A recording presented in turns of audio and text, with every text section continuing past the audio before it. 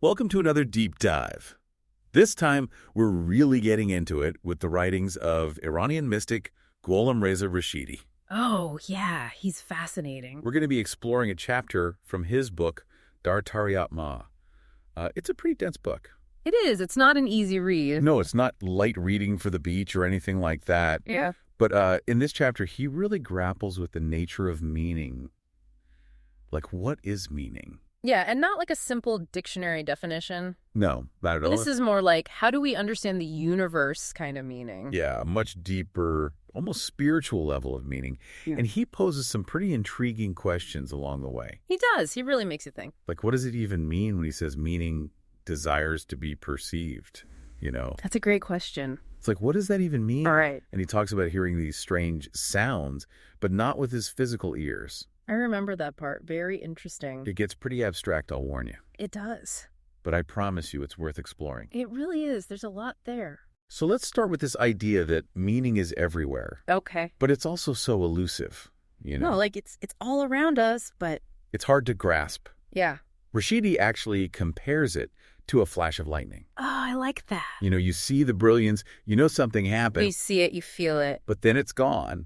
And it's like, what was that? Exactly. You can't quite grasp the essence of what it was. You can't hold on to it. No. And I think that's so relevant, especially in today's world. Absolutely. Like, we are just bombarded with information constantly. Oh my gosh, yes. News, social media, articles, everything. All the time. But how much of it do we really understand? Yeah, that's the question, isn't it? You know, how much of it actually, like, shapes our worldview and helps us Yeah. actually make sense of things? Right, because it's like we're surrounded by these flashes of potential meaning. Right. But actually grasping them and integrating them into our understanding, that's the real challenge. It is. That's where the work comes in. It's almost like when you're, exhausted after a long day and you're trying to read, like, a really complex article. Ugh. Yes. You know, the words are there on the page. But it just won't sink in, It just won't sink in. no matter how hard you try. Yeah, and Rashidi really speaks to this deep yearning I think we have as humans, Oh, yeah. especially, for those who've had these glimpses of profound meaning Right. You get a taste of it and and want more. yeah, and you want to share it. This desire to express what we've seen, to share it with others, and really, like, connect on that level. To find other people who understand. He even quotes the Persian poet Saadi, who said, Oh, I love Saadi. "The measure of a companion who breathes in harmony, no one knows like me." That's a great quote. And I just love that. It just speaks to that deep connection that I think we all crave, Yeah, that sense of being understood. that sense of being understood. When you're trying to share something that is really meaningful to you. Have you ever had an experience like that, where you had this moment of, like, deep understanding or insight, and then it was, like, almost impossible to communicate to someone? Oh, yeah, absolutely. Like, you can't find the words. You can't find the words. It's incredibly frustrating. It is. And this is where Rashidi introduces this idea that Yeah. actually transmitting meaning is, like, incredibly difficult. It really is. Almost impossible, even. Yeah. And he uses this analogy. He talks about a person bound to a pillar, and he's saying, like, trying to grasp a new level of understanding, Okay. to break free from our limited perceptions. It's like trying to break free from those constraints.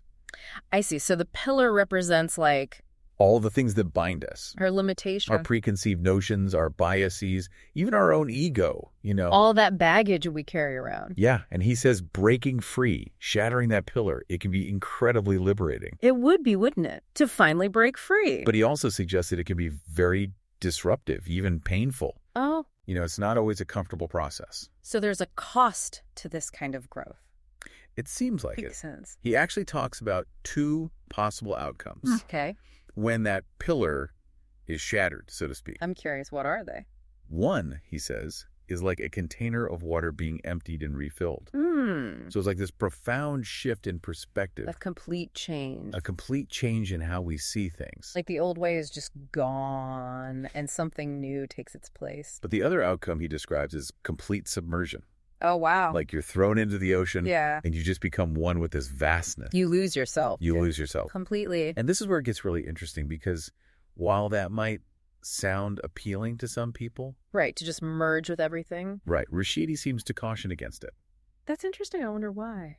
He suggests that for someone seeking deeper understanding, retaining a sense of individual identity is actually crucial. So there's a balance. There's a balance. There's a tension there. between letting go and holding on. He doesn't fully explain why he thinks that, though. Hmm. It's like he's implying that there's value in holding on to who we are, even as we connect to something larger than ourselves. That's a really intriguing idea. I wonder what the danger is in complete submersion. Yeah, it's a great question, and I think it's one we should definitely explore further. We should. But before we do that, there's another element of Rashidi's exploration of meaning that I think we need to unpack. Okay. And that is these mysterious sounds he describes. Oh, right. Those sounds. These have me really intrigued And that me too. because he specifically says they're not heard with physical ears. I remember that part. Very specific. So what are they, and what do they tell us about his understanding of meaning? It's like stepping into uncharted territory. This is where I feel like we're really going deep. We are. It's going to get fascinating. Let's dive into those sounds one by one, because each one offers a really unique glimpse into Rashidi's inner world and how he perceived this journey of seeking meaning. Okay, I'm ready when you are. So he describes 3 distinct sounds, the buzz, the stormy suction, and the rhythmic pounding. And each one seems to represent a different stage or a different aspect of this whole seeking understanding thing. Okay, so let's unpack those a little bit. The buzz first. Like, I can't even imagine what that would sound like internally. Yeah, he says it's like a high-pitched whistle or a bullet whizzing past your ear, fleeting and oscillatory, and it kind of comes and goes, almost teasing you with its presence. That's such a strange image. What do you think he's getting at with this sound? Like, if we're thinking about it as a metaphor for seeking meaning, what could this buzz represent? No, it's interesting, isn't it? It could represent that initial spark of curiosity, the first inkling that there's something more to discover. Or maybe it's the fleeting nature of thoughts themselves constantly buzzing around our minds, but rarely actually leading to true understanding. I like that the constant chatter of our minds keeping us from truly grasping deeper meaning. Yeah. Okay, and then there's the stormy suction sound. He actually uses the word suction to describe it. He compares it to the sound of water being forcefully drawn into a cavity, and he says it's rotational, like a vortex, pulling you into this new way of seeing things. So not just a fleeting sound like the buzz, but something much more intense. Oh, yeah, definitely. Like almost like being pulled into a different reality. Exactly. And what's fascinating is he says he often heard the sound at the very moment that his perception shifted, like right before a major realization or a change in understanding. And once that shift happened, the sound disappeared completely, even if he tried to go back to his previous way of thinking. So it's not just a random sound. It's like a marker of transformation. Yeah. A sign that something fundamental has shifted within you. Precisely. It's almost like that stormy suction represents the process of breaking free from those limiting beliefs we were talking about earlier, that pillar that holds us back. When that pillar shatters, there's this rush of new understanding, this feeling of being pulled into this wider perspective. Okay, that makes sense. And then there's the third sound, the rhythmic pounding. That one almost sounds physical, like a heartbeat or something. He describes it as a steady pulse, a consistent rhythm that changes speed depending on your proximity to what he calls dark boundaries. Dark boundaries. That sounds a bit ominous. What do you think he means by that? He doesn't define it explicitly, but it seems like he's referring to the limits of our understanding, those edges of what we know where things become unclear or even frightening. And the closer we get to those boundaries, the faster and more intense that pounding becomes. So it's like he's saying that as we approach those limits of what we can comprehend, there's this internal warning signal, Almost. this sense of unease that tells us we're venturing into unknown territory. Exactly. And I think it's something we can all relate to on some level. We all have our comfort zones or areas of expertise. And when we step outside of those, there's a natural sense of hesitation, maybe even a bit of fear. But it's in those moments when we push past those boundaries that we have the potential for the greatest growth and understanding. It's like he's encouraging us not to shy away from those dark boundaries, Yeah, but to see them as opportunities for deeper exploration. definitely. But then, after all this talk of sounds and boundaries, he takes another turn, and he says that true listening, which he seems to equate with true understanding, happens in absolute silence. Right. And I think this is where we get to the heart of Rashidi's message. He's saying that all those sounds, the buzz, the suction, the pounding, they're all part of the journey. They represent the struggles, the breakthroughs, the challenges we face as we seek meaning. But ultimately, true understanding transcends all of that. It resides in the stillness, in that quiet space beyond the noise of our thoughts and perceptions. So it's not about actively seeking out information or knowledge in the traditional sense. Yeah. It's about cultivating this inner silence, this Yeah. receptivity, and allowing meaning to reveal itself to us. That's exactly it. It's a complete shift in how we approach understanding. It's not about filling our minds with more and more information, but about creating the space for something deeper to emerge. It's about learning to listen, not just with our ears, but with our entire being. That's powerful. But I have to admit, it's a difficult concept to grasp. What does it actually mean to listen to silence? And what does that have to do with understanding meaning? He describes this listening as the ability to reinterpret everything, all that constitutes you in an instant and whose existence enables your being. Whoa, okay. I definitely need your help unpacking that one. It sounds like he's talking about a complete reevaluation of everything we think we know about ourselves and the world. But what does that have to do with listening? It's not about hearing with our ears, because no ear is capable of such listening. It's Yeah. about a deeper kind of knowing and intuitive understanding that goes beyond words and concepts. So more like remembering a dream or a feeling you can't quite put into words. Yes. Knowing without words, like the unspoken understanding between lovers. But he cautions that this kind of listening can be intense. Even overwhelming the volume of what is heard can easily separate the soul from the body. He's not sugarcoating it, is he? Facing those profound truths can be a lot to handle. It can shake us to our core challenge, everything we thought we knew. He says listening stems from breath, from a pervasive wave that encompasses everything in visible existence. Okay, that's beautiful imagery. But I'm not sure I fully understand what it means. Is he saying this understanding is connected to something bigger than ourselves? It's like we tap into a universal wave of understanding when we quiet our minds and open ourselves to it. It's not just something we do, but something that flows through us. So if those three sounds represent the journey, the challenges and transformations we go through in our search for meaning, Right. then this listening, this silence, is the ultimate destination. It is. It's the state of being where meaning reveals itself to us, not through effort, but through surrender. That's a beautiful way to put it. It's a lot to take in, but it's also incredibly inspiring.